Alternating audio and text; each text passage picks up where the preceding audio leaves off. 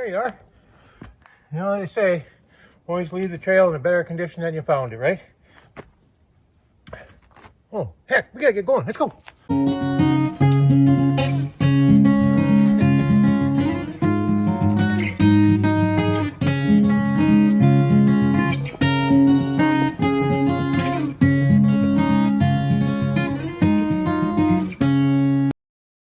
All right, welcome back. I'm on the second week of a 3-week training stint, and then I got a rest week, right? So, you know the whole thing. Like and subscribe, and we're going to go and talk about how my race training has been going. We're going to talk about and look at leg 2 of the Canadian Death Race, and then we're going to show you a trail called Chi Minh. It's probably one of my favorite trails out here.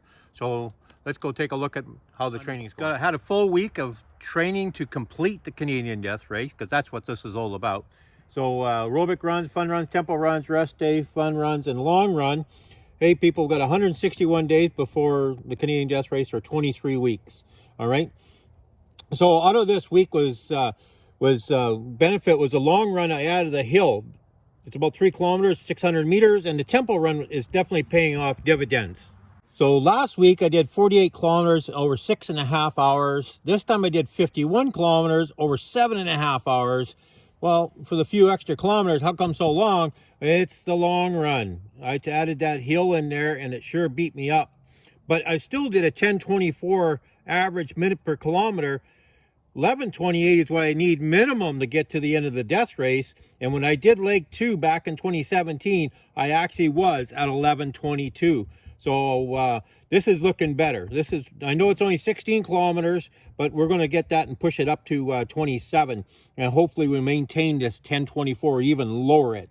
And like I say, the tempo run's paying off dividends. I'm feeling it, especially when I'm doing these runs. Look at this, 131 beats per minute, average heart rate for this. This is awesome for an average, doing a long run, especially with the hill that was involved. It was more scramble than anything else. So I got one more week of the training schedule, and then I got a rest week. But I do have something planned for the long run coming up. Okay, leg 2. Let's take a close look at it. Go to the website, race info, course description is down the bottom here. Scroll on down past the nasty map, Flood Grand Mountain Slugfest. You know, it's a monster. Sorry about that. He's not really a monster. That's Jasper. Anyway, you have 6,000 feet of elevation change to deal with.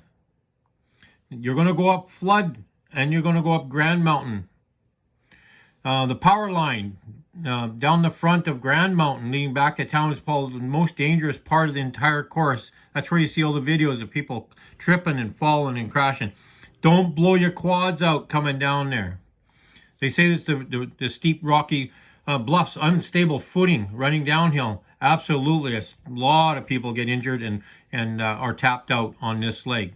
So this leg will lead you back into Grand Cache at the end of it. So let's take a look at the actual race as I tracked it in 2017. Might be a little bit different today in 2022, but let's take a look what happened then.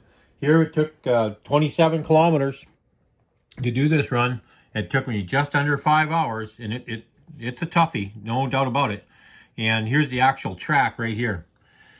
So it doesn't look like much, but this is where you leave the 1-2 TA or transition area, and you're going to head up. And you're going to wish right about here that you were back on leg 1, because this is all up. You're going to be sharing the run with the near-death marathon runners as well, but you're going to go to the top all the way. You're going to take the long way to the top of Flood, and then you're going to come down and you're going to see your next hill well before you get there. You're going to go down into the valleys and back up. You're going to do that actually twice. Because if you look at the actual topography, you can see that there's a mountain in here, there's a mountain in here, but they don't actually count. The big ones of Grand and Flood count. So you're going to go down these valleys and up back. This is known as Slugfest in here. And there was a lot of mud. I watched a guy disappear right up to his hip in a little puddle. And not sure this year with the logging if Slugfest is really going to be that bad. But you can see there is a stream in there. There's Washy Creek right in the middle. So that's a lot of water and mud in there. So then you're going to go travel up to the top of Grand. Make sure you take your time up there, take some pictures, maybe mail a letter off to Santa Claus. There's a mailbox up there. And then off you go down into Grand. Don't blow your quads out, but it's gonna take you down back into the roads of Grand Cache, and then down into the 2-3 turnaround here in Grand Cache. Probably my favorite trail out here, the Chi Minh Trail. Has some really nice characteristics.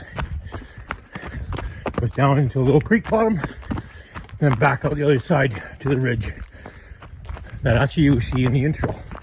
I'm standing on a rock, so enjoy Chi Minh.